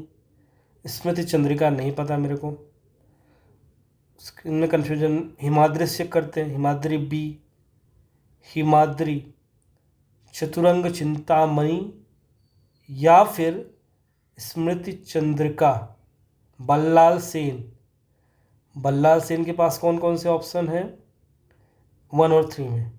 बल्लाल सेन, दान सागर एंड चतुरंगा चिंतामणि। इसको कैसे सॉल्व? 50-50 भी तो आ गए हो। आंसर इसका डी है। ठीक है, 50-50। फिर उसके बाद थोड़ा सा अगर शायद नॉलेज किसी के पास हो तो सॉल्व कर सकता है इसको, बट 50-50 पे माधव से आ सकते थे इसमें। Turkish invasion on India was successful. हाँ भाई, सक्सेसफुल तो था ही ना, इसमें भी सोचना है क्या? There was no political unity in north India, भी सही बात, इसलिए आंसर ये सही हो गया। सिंपल सा क्वेश्चन है। ग्लोबल साउथ समिट बोगास, पता नहीं क्या है, voice of India recently conclude second वाई, okay. The term global south related to development developed countries, ये तो पता है ना, ग्लोबल साउथ जो है डेवलपिंग कंट्री से रिलेटेड है, तो इसमें सेकंड तो नहीं होगा। India recently concluded second voice, अब एक गलत कर दिया, दूसरा चांस है सही होने की, उस ट्रिक से जाएंगे और आंसर सी ले लेंगे। वैसे भी जब कन्फ्यूजन हो तो सी ले लो ना, इधर का कोई लॉजिक नहीं है ना। अगर दोनों स्टेटमेंट गलत ही दे रहे थे तो फिर क्वेश्चन पूछा क्यों? ये तो सोचो, इसमें क्या रीजनिंग लगेगी? एक गलत कर दिया, दूसरा सही होगा, ये रीजनिंग है। Inter governmental panel on climate change, IPCC, emphasizes regarding the reduction of greenhouse gases, GSD। Okay okay, ऐसे क्वेश्चन में ना आपको क्या बोलूँ मैं, gradual and limited reduction are enough नहीं ना, कुछ और बात होगी ना, तभी तो बात कर रहे हैं ना ग्रीन हाउस गैस इमिशन की। Deep rapid and sustain reduction are essential, ये दोनों कॉन्ट्राडिक्टरी स्टेटमेंट है, दोनों में से एक सही होगा, और कहीं ना कहीं दूसरा वाला मीनिंगफुल ज़्यादा लग रहा है। ओके, एनर्जी डाउन हो रही है मेरी भी, 50 कुछ पहुँच गए हैं। ठीक है, what is term cereal yield, ये भाई आपको पता होना चाहिए, NCERT का दिया हुआ है। ठीक है, ठीक है।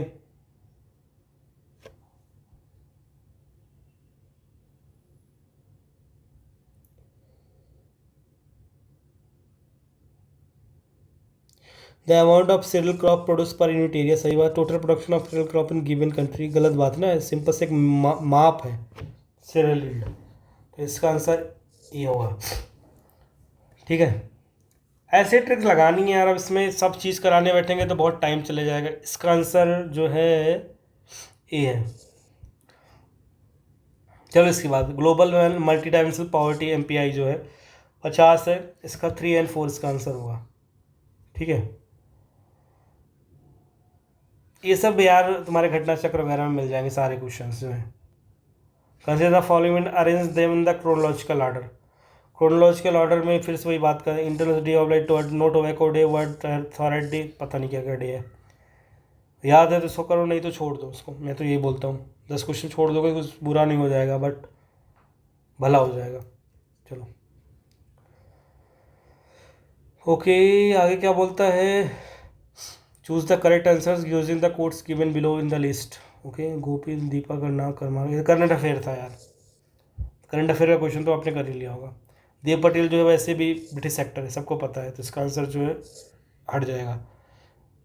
भाई स्लमडॉग मिलियनेयर वाला बंदा है, बाकी तो स्पोर्ट्स न्यूज़ है ही, लार्जेस्ट ये बात कर रहा है। ठीक है,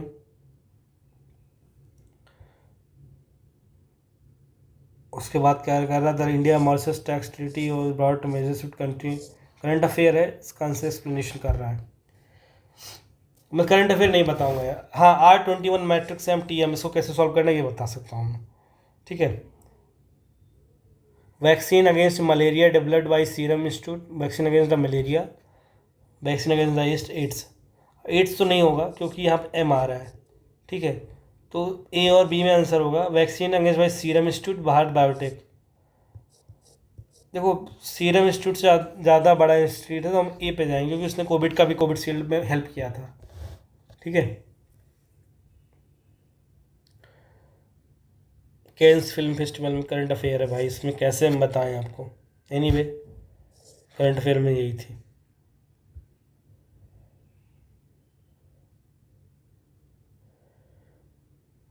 ये भी करंट अफेयर है, ये भी करंट अफेयर है। करंट अफेयर का कैसे बताएं मैं आपको, जो कोर सब्जेक्ट है उसमें तो बता सकता हूँ मैं। करंट अफेयर थोड़ा तो आपको पढ़ना पड़ेगा ना, मैगजीन वगैरह पढ़ रहे हो, सब कुछ कर रहे हो तो। हाँ, ये जो है ये नॉलेज का है, इसको 61 हम करते हैं। ठीक है। इसका आंसर बी है। आएंगे कैसे बी पे ये बताते हैं। ये माउंटेन्स हैं, ये आपको पता होना चाहिए। और ये मतलब यार आप पढ़ते आए हो, इसको नहीं कर पा रहे हो तो फिर वही है कि कुछ मिस्टेक्स होती है, कुछ ऐसे चीज़ें होती हैं, 10 क्वेश्चन ऐसे रहेंगे जो एकदम करंट डेटा पे है, मतलब सॉरी, जो फिजिकल डेटा होंगे वो आपको रटा होना चाहिए, क्योंकि हर साल पीसीस में आता ही है। जैसे आपका सस्टेनेबल डेवलपमेंट गोल है वो रटे होने चाहिए, ये माउंटेन्स कुछ हैं वो रेटेड कंट्रीज हैं वो पता होना चाहिए। ठीक है। कुछ क्रॉप्स होती हैं वो पता होनी चाहिए, तो वैसे ही इधर भी है। स्पेन पायरिस माउंटेन पड़ता है। इटली में जो है अल्प्स माउंटेन, सॉरी, स्विट्ज़रलैंड में अल्प्स माउंटेन है। इटली में जो है आपका एपेनाइन, एंड बुल्गारिया में बाल्कन। मतलब यार ये कई बार क्वेश्चन पूछा गया है, ये याद होना चाहिए, जो आप प्रिपरेशन कर रहे हो तो आपको पता होना चाहिए।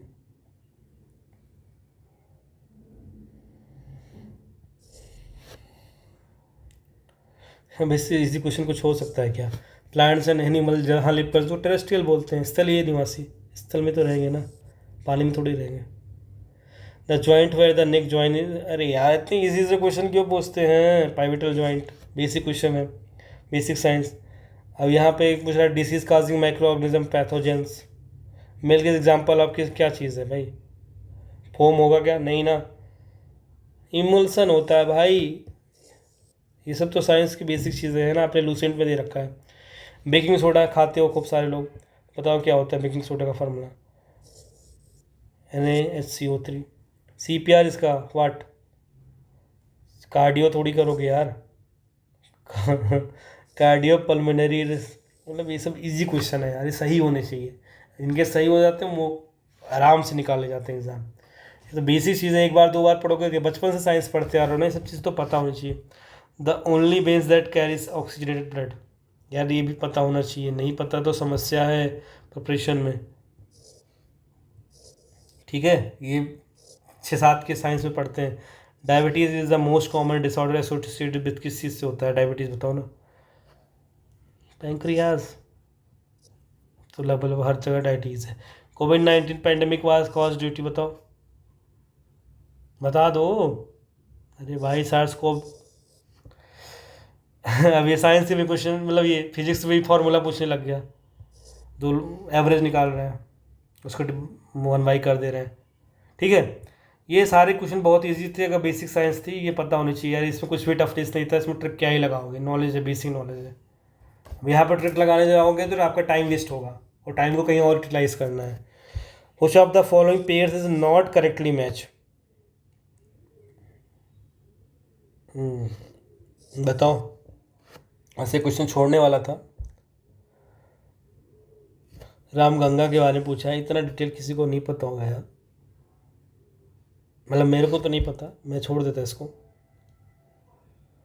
कि यहाँ पे भी डेटा है, यहाँ पे भी डेटा है, छोड़ दो, ज़्यादा बेटर है। Cultivated area some countries of world in comparison to USA, China and Japan, India has highest geography under the cultivation. सही बात है, प्लेन है भारत में। India is a location the tropical monsoon region help diversity crop, बिल्कुल diversification होता ही है ना, तभी सब कुछ पैदा होता है अपने यहाँ पे। अब इसको याद करो क्या, ये तो बच्चे बच्चे को पता होता है भाई, पंच प्रयाग जो है उनके बारे में। चलो बता दो ये मेरे को, बताओ बताओ। इसको नहीं डिस्कस करने कोई मतलब नहीं है भाई, ये तो सबको बच्चे बच्चे को पता होता है। देवप्रयाग, अलकनंदा एंड भागीरथी। रुद्रप्रयाग जो है अलकनंदा एंड मंदाकिनी। कर्णप्रयाग जो है Alaknanda and Pindar, and Tehri Bhagirathi and Belganga. ठीक है। ये तो पंचप्रयाग याद रहता, नहीं याद था, चलो इससे टिहरी से भागीरथी एंड भीलगंगा करते, 3-3 में आ जाते, 3-3 में आ जाते, फिर उसके बाद एक आध कहीं से सही कर लेते। 75 मतलब आसान क्वेश्चन भी हैं, ऐसा नहीं सब सारे टफ क्वेश्चन है भाई, अपने पास आसान क्वेश्चंस भी हैं, वो आपके ऊपर है कि आप कैसे अप्रोच करते हो।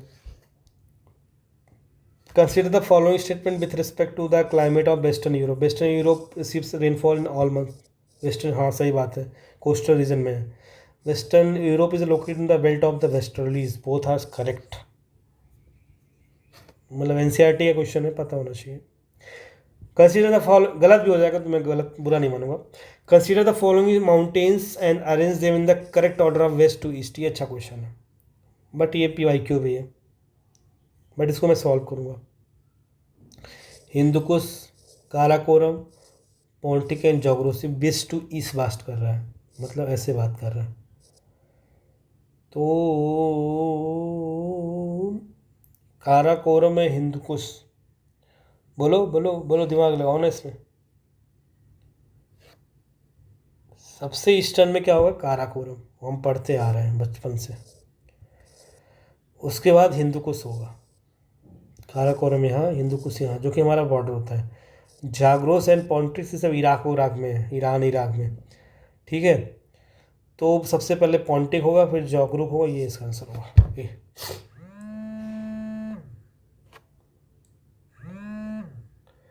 अगला है which one of the following pairs rivers direction is not correctly matched. ठीक है, which of the following pairs rivers direction is not correctly matched. So इसका 77 का अमोर दरिया नॉर्थ ईस्ट, सायरा दरिया north west, Angara river north and Mekong river जो है south west. इसका answer D होगा। मतलब नॉलेज तो है इसमें, क्योंकि ऑब्वियस बात, मतलब अब मैं बोलूँगा PYQ में कई बार आया तो बोलोगे सर आप हर चीज़ को PYQ, तो PYQ तो पता होना चाहिए यार, क्योंकि 50% पेपर ना PYQ को रेफरेंस लेके बनता है, और PYQ सिर्फ UPPCS का नहीं, UPSC का भी PYQ होना चाहिए, जिससे आप अच्छा परफॉर्म कर पाओ एग्ज़ाम। तो अभी समय बचा है 10 दिन का, कोई लास्ट 5 ईयर्स का तो कर ही सकते हो दोनों के PYQ, कुछ तो फ़ायदा मिल जाएगा आपको। Which one of the following pairs country oil field not correctly match. Okay,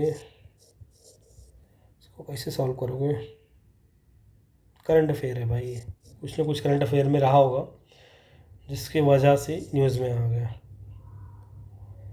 कासागंज जो है शायद यूक्रेन में।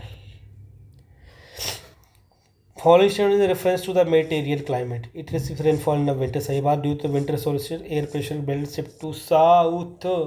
क्या बात कर रहे हो, सही बात है ना, ये तो अपने वेस्टर्न डिस्टर्बेंस में ये देखते हैं। मित्र समझ में आ रहा है कि नहीं आ रहा है, ये बता दो भाई, थोड़ा फास्ट चलना पड़ेगा नहीं तो 4 घंटे में ख़त्म होगा। अभी 1 घंटा हुआ है, हमारा 80 क्वेश्चन हो गया, ठीक है। तो कोशिश करेंगे अगले 40 मिनट में, मतलब 2 घंटे के अंदर में पेपर सॉल्व हो जाएगा। आपको अप्रोच पता लगेगा कैसे सोचना है, कैसे करना है। मैंने बताया आपको, पिछले 80 क्वेश्चन में समझ में आ गया कैसे मैं सॉल्व कर रहा हूँ, ठीक है। तो मैं इसको कंटिन्यू कर दूँगा आप लोगों को, कुछ ज़रूरी है कौन से क्वेश्चन में क्या ट्रिक लग रही है, ठीक है। एंटी मार्स्ट operation that took place by a current affair. Pravah software developed by ISRO. वैसे एक चीज़ मैं करंट अफेयर के लिए एक चीज़ बता सकता हूँ मैं, कि यहाँ पे क्या पॉजिटिव बात कर रहा है, सॉफ्टवेयर डेवलप्ड बाई इसरो, सारा भाई सही बात है। इनिशियल दोनों पॉजिटिव है, तुम ले सकते हो अगर तुक्का ही मारना है, ठीक है। जैसे यहाँ पे BSF बोल रहा है, कुछ और हो सकता है, BSF बॉर्डर सिक्योरिटी फोर्स होता है, बट यहाँ पे क्या है इंटरनल है, यहाँ पे गढ़चिरौली डिस्ट्रिक्ट में महाराष्ट्र के, शायद BSF ना हो, कोई और हो। इन अप्रैल 2024 India delivered the BrahMos super, सही बात है। The missile has the range of 490, दोनों बात सही है, बट ये चीज़ सोचने वाली बात है, नंबर है ना तो गलत हो सकता है, इसलिए इसका आंसर डी होगा। ये करंट अफेयर है, करंट अफेयर है, लेकिन एक चीज़ ये भी सोचो ना, कोहिमा साउथ कोरिया क्यों आ जाएगा, इको पार्क जो है साउथ कोरिया क्यों आ जाएगा पिक्चर में। ठीक है, कोई और भी हो सकता है। ये भी करंट अफेयर है, इधर करंट अफेयर ही पूछ रहा है। करंट अफेयर ट्रिक लगती है, बट यार अगर प्रिपरेशन कर रहे हो तो करंट अफेयर थोड़ा अच्छे से कर लो, मैं तो ये बोलूँगा, ये सब करंट अफेयर है। चलो इसको सॉल्व करते, इसकी ट्रिक बताता हूँ। इस टाइप क्वेश्चन हर साल आते हैं। ओके, देखो मुझे कुछ नहीं पता है मान लो, बट इतना पता है कि प्रधानमंत्री उज्ज्वला योजना, स्वच्छ भारत मिशन, ग्रामीण जल जीवन मिशन एंड प्रधानमंत्री आवास योजना। स्वच्छ भारत मिशन जो था वो सबसे पहले ले आए थे मोदी जब इसकी सरकार बनी थी। तो चांस है कि 2 अक्टूबर से शुरू हुआ था, 2 अक्टूबर के लोग मनाते हैं, आज 2 अक्टूबर है भी, तो 2014 2 अक्टूबर इसका आंसर होना चाहिए।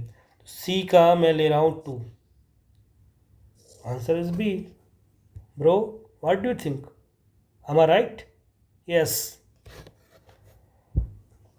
समझे? एक चीज़ से पता होने से, कॉमन सेंस से हम यहाँ पहुँचे। सबसे पहला मिशन, क्योंकि पहली बार कई बार पूछा गया, बाकी अपना मैच कर लो वेरीफाई करने के लिए। ऐसे ही एक स्कीम पता चल जाए ना, एग्जैक्ट डेट भी ना पता, एक आइडिया मिल जाए इस टाइम के अप्रॉक्स में आया, वहीं से क्वेश्चन निकल के आता है।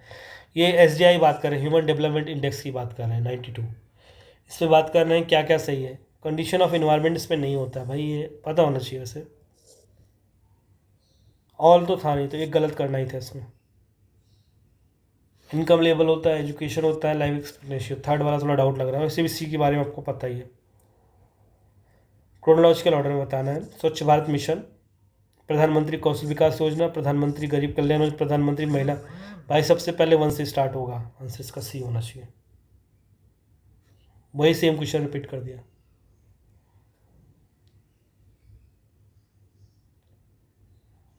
ठीक है, अगला क्वेश्चन करते हैं 94, मालथूज 94 ये भी PY की ज्योमेट्रिक एंड अर्थमेटिक प्रोग्रेशन की बात, ये भी NCERT का कॉन्सेप्ट है, मतलब ये पता होना चाहिए, PYQ ही है यार। इकोनॉमिक सर्वे 2022-23 पूछ रहा है। चलो पेपर 24 में, बट 22-23 को कैसे हटाएंगे, कैसे सॉल्व करोगे इसको? ये तो गलत होगा ना, बोल रहा है according to economic survey 22-23 physical policy response did the government of India undertake the response of aggravate global supply disruption, decreasing food and fertiliser subsidy. Decrease क्यों करेगा भाई, इंक्रीज करना चाहिए ना, तो उल्टा बोल रहा है, या उड़ जाएगा। इंक्रीजिंग टैक्स ऑन फ्यूल, अरे भाई ये भी उल्टा बोल रहा है। रिडक्शन टैक्स ऑन फ्यूल, मतलब समझ लो 2-3 तो साथ में हो ही नहीं सकते, सबसे सही इसमें थर्ड लग रहा है। देखो हाँ, अपने को इकोनॉमिक सर्वे में क्या हुआ था 22-23 में नहीं पता है, बट इतना आइडिया मिल गया है कि ये वाला आंसर सही होना चाहिए, सबसे सही थर्ड लो, वही आंसर ले लो। वही सेम चीज़ इधर भी है यार। प्रधानमंत्री श्रम योगी मानधन योजना, प्रधानमंत्री ज्योति योजना, इसको मैच करना है।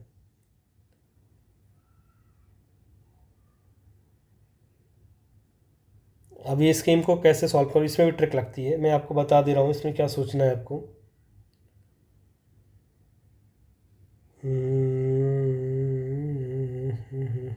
ओके, देखो अटल पेंशन योजना जो है ना, वो फ्री ऑफ कॉस्ट, मतलब बेनिफिशियरी चॉइस है, ये बहुत पॉपुलराइज किया गया था, तो उससे आप जा सकते हो। बाकी आपको रुपए वगैरह याद नहीं है तो उससे जा सकते हो।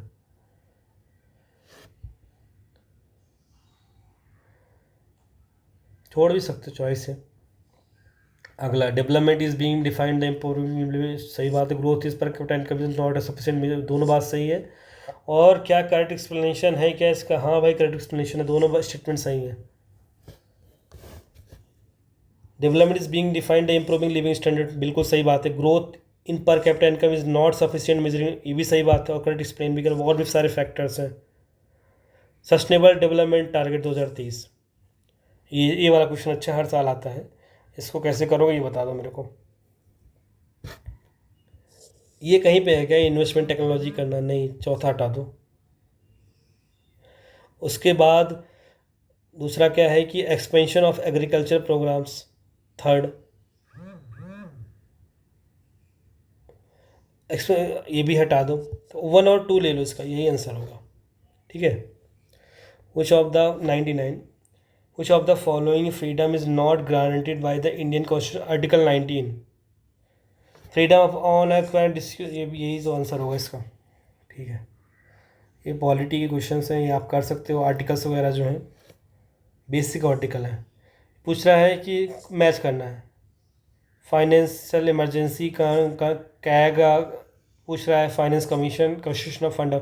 अपने को पता है फाइनेंस कमीशन आर्टिकल 280 होता है, मतलब मेरे को पता है, तो मैं ये हटा दूंगा और ये सॉरी बी वाला है ना, बी में ये आंसर सी ले लूँगा इसका। बी में 3 पे आर्टिकल 280। एक आर्टिकल पता हो आप आंसर पे आ जाओगे। बाकी और भी आर्टिकल्स हैं बट बहुत कॉमन आर्टिकल 280 है, फाइनेंस कमीशन। उठाया मैंने, चिपका दिया। आगे, कुछ of the following initiatives by the right exploitation constitution of India. ठीक है, ये है। इसमें लो बताओ ना क्या आंसर होगा। एबोलिशन ऑफ अनटचेबिलिटी, ये लिखा नहीं गया है। अगेंस्ट ऑफ एक्सप्लॉइटेशन बाद में बात की गई है इस पर, तो पहला हटा दो आंसर में, आंसर पे आ जाओगे 2 और 3।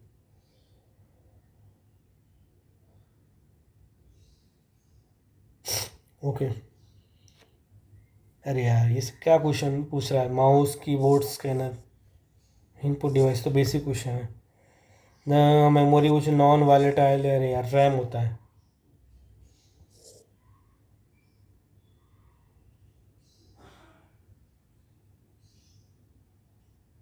सॉरी रोम होता है, माई मिस्टेक।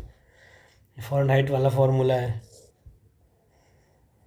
ठीक है ना, ये सब सारी चीज़ें एलिमिनेशन टेक्स से कितना लग गई हैं, अब समझ में आ गया होगा आपको कैसे पेपर सॉल्व करना है, कैसे अप्रोच करना है। ठीक है, एक एक क्वेश्चन मैंने बताया आपको, आप मतलब इम्प्लीमेंट करोगे तो वही चीज़ यहाँ पे भी लगा सकते हो। इंग्लिश हिंदी वाला देखो पूछ रहा है कि क्रोनोलॉजिकल सेट करो। प्रधानमंत्री जन धन योजना, नेशनल रूरल गारंटी, भाई पहले ही आया होगा। ठीक है, स्वराज जयंती ग्रामीण ये और पहले आया था। इंटीग्रेटेड रूरल डेवलपमेंट, देखो इसमें सिंपल सी बात है, 3-4 से पहले होगा, 3-4 से पहले यहाँ पे डी में नहीं होगा आंसर। ठीक है, उसके बाद इसमें सोचने वाली बात तो यही है ना यार, आप समझ सकते हो इसका आंसर ये हो जाएगा 1 2 3 4, क्योंकि ये उनके ब्रिटिश बोलने जा रहा हूँ, कांग्रेस के टाइम पे आया था, फिर अटल जी के टाइम पे आया था, फिर कांग्रेस टाइम पे आया था, मोदी जी के टाइम पे आया था। ये order, English Congress time, Hindi BJP time, mix Hindi जो थी वो अटल जी के टाइम पे थी, प्योर हिंदी जो थी मोदी जी के टाइम पे। 115 में भी वही चीज़ है यार, India economics mixed economy, Indian economy is under developed, सही बात। जेएम के इज द फादर ऑफ, गलत बात है, 1 और 2 सही होगा इसका। एडम स्मिथ को बोलते हैं father of economics, Adam Smith ना, पता है। Okay. The value of national currency determined by demand and the supply of foreign currency is called flexible exchange rate. Good, बहुत से अंग्रेजी बोली है। Demand and supply of the foreign currency is being determined, गलत, इसका answer A होगा।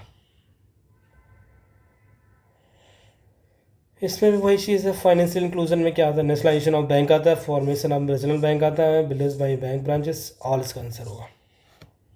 Positive है ना, इट विल, सही बात है, ये भी सही बात है। ये डेटा है, ये तो गलत बात है, 1 और 2 इसका आंसर होगा। ओके, ऐसे ये सारे क्वेश्चन है। ये क्या है, country and rank, show the list of rank of the remittance. Remittance में से टॉप इंडिया ही है भाई। ठीक है, रेमिटेंस में टॉप पे इंडिया ही है। ठीक है, बाकी सब देख लो, इंडिया पता ही कितनी बार न्यूज़ में आया है, टॉप पे इंडिया ही है। स्टेट एंड एक्सपेंडिचर, इसका भी पता होना चाहिए, इसका आंसर भी होगा। टॉप पे उत्तर प्रदेश, बड़ा स्टेट है तो एक्सपेंडिचर ज़्यादा होगा। सब में ट्रिक लग रही है भाई। करेक्टली कौन मैच है, बाकी सब इनकरेक्टली मैच है, करेक्टली कौन सा मैच है। फाइनेंस कमीशन नहीं होगा, इलेक्शन कमीशन नहीं होगा, डी। सिंपल सा क्वेश्चन, ऐसे आर्ट, अरे यार अब सब सब लक्ष्मीकांत में दे रखा है, कॉमन सेंस लगाओ, सॉल्व करो यार। इसमें ऑर्डर पूछ रहा है, कौन कब कब आया था, 42nd अमेंडमेंट सबको बच्चे को पता, 42nd जो है थर्ड आ जाएगा, सॉरी ए का थर्ड, ये डी ऑप्शन पता है ना। कॉन्सेप्ट के इतना कॉमन है, मिनी कॉन्स्टिट्यूशन बोलते हैं इसको। कोऑपरेटिव फेडरलिज्म, बार्गेनियम, क्वासी फेडरलिस्टेशन, ये भी पता होना चाहिए। लक्ष्मीकांत में दिया है यार, हर चीज़ ट्रिक पे जाओगे तो हो गया, नॉलेज लगाओ। 129 का न्याय पंचायत होती है, PYQ है UPSC का। 130 का आंसर होगा आपका 134, सेकेंड नहीं होगा, चेयरमैन ऑफ राज्यसभा नहीं होता। Okay, consider the following statement with reference to the Congress socialist party. मैं बोलूँगा UPSC का PYQ है तो आप मानोगे नहीं, ठीक है, सीधा सीधा दिया हुआ है। Consider the following statement arrange the name in the chronological order. ये अच्छा क्वेश्चन है, इसमें ट्रिक लगाया जा सकता है, इसका आंसर होगा। ये भी ट्रिक लगा सकते हो। एक चीज़ पता है तुम्हें, क्रिप्स मिशन के बारे में पता है, बाकी सारी चीज़ें आप भाई, ये सबसे पहले होगा 4th BOD में 39 में रिज़ाइन कर दिया था लोगों ने, ठीक है, ये आंसर होगा इसका। इसका भी 34 का आंसर C होगा, ठीक है। 120 मिनट हो गए हैं, सॉरी 80 मिनट हो गए हैं। अभी ये पैका, ये सब पता है यार, पैका रिवॉल्ट का वो होता है वेरिली सेलेथ, नहीं पता तो एक पता है ना, उस पर आप सॉल्व कर सकते हो, ठीक है। एक ऑप्शन अगर आपको पता होता है ना, उससे आप आंसर पे पहुंच सकते हो। पैका जो थे जगबंधु थे, ये पता होना चाहिए था। ए का 4 होगा, बाकी खुद ही ऑटोमेटिक आंसर आ जाएगा, अपने उसमें स्पेक्ट्रम में दिया है अच्छे से। एक याद रखो, अभी इसमें भी वही चीज़ है, क्रोनोलॉजिकल ऑर्डर में करना है, ठीक है। इसका आंसर भी होगा।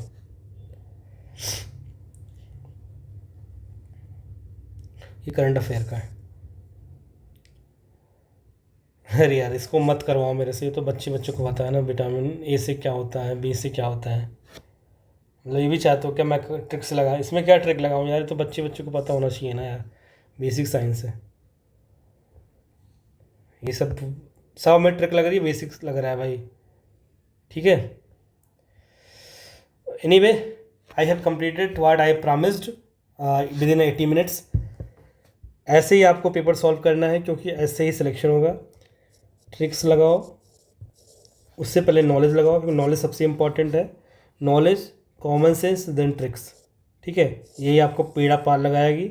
और पेपर हमेशा 2 अटेम्प्ट में सॉल्व करो। पहला अटेम्प्ट तेज़ी से 1 से 150 क्वेश्चन के बीच में चले जाओ, उसमें से जो आ रहे हैं उसको तो सर्कल करते ही जाओ और वहाँ रिफिल कर देना बाद में। प्लस जो मान लो A, B, C, D option है, A और D तुमने एलिमिनेट कर दिया, B और C में कन्फ्यूजन है, तुम्हें लगता है B आंसर हो सकता है, तो B के नीचे अंडरलाइन कर देना, कोई सिंबल बना देना, जिससे दोबारा देखने आओ समय कम बचे तो डायरेक्ट B ले सको, ठीक है। तुक्का मत मारना, ब्लाइंडली तुक्का मत मारना, कोई ट्रिक लगा के तुक्का मारोगे तो वो चलेगा। जैसे तुक्का ही मारना है, बहुत कन्फ्यूजन हो तो C ले लो, 10 में 7 जगह सही हो जाएगा, ठीक है। बाकी चल रहो, रिलैक्स रहो। मैंने आपको प्रॉमिस किया था कि मैं एलिमिनेशन ट्रिक की वीडियो ले आऊँगा, जो कि लाके आपको अब डाल दिया है, सुबह ही डाला है, आप देख लो 30 मिनट की वीडियो। उसके बाद ये 80 मिनट की वीडियो ये है 2024 का पेपर। अगला कोशिश करूँगा 1 घंटा में बनाऊँगा 2023 का पेपर। उसके बाद 22 का। आप लोगों का प्यार मिलता रहेगा तो ये सिलसिला जारी रहेगा। एग्ज़ाम में मस्त रहिए, अच्छे से तैयारी कीजिए, कोशिश कीजिए 10 साल का पेपर UPSC का लास्ट सॉल्व कर लो और UP PCS का। मिलते हैं अगली वीडियो में। धन्यवाद, टेक केयर, धन्यवाद।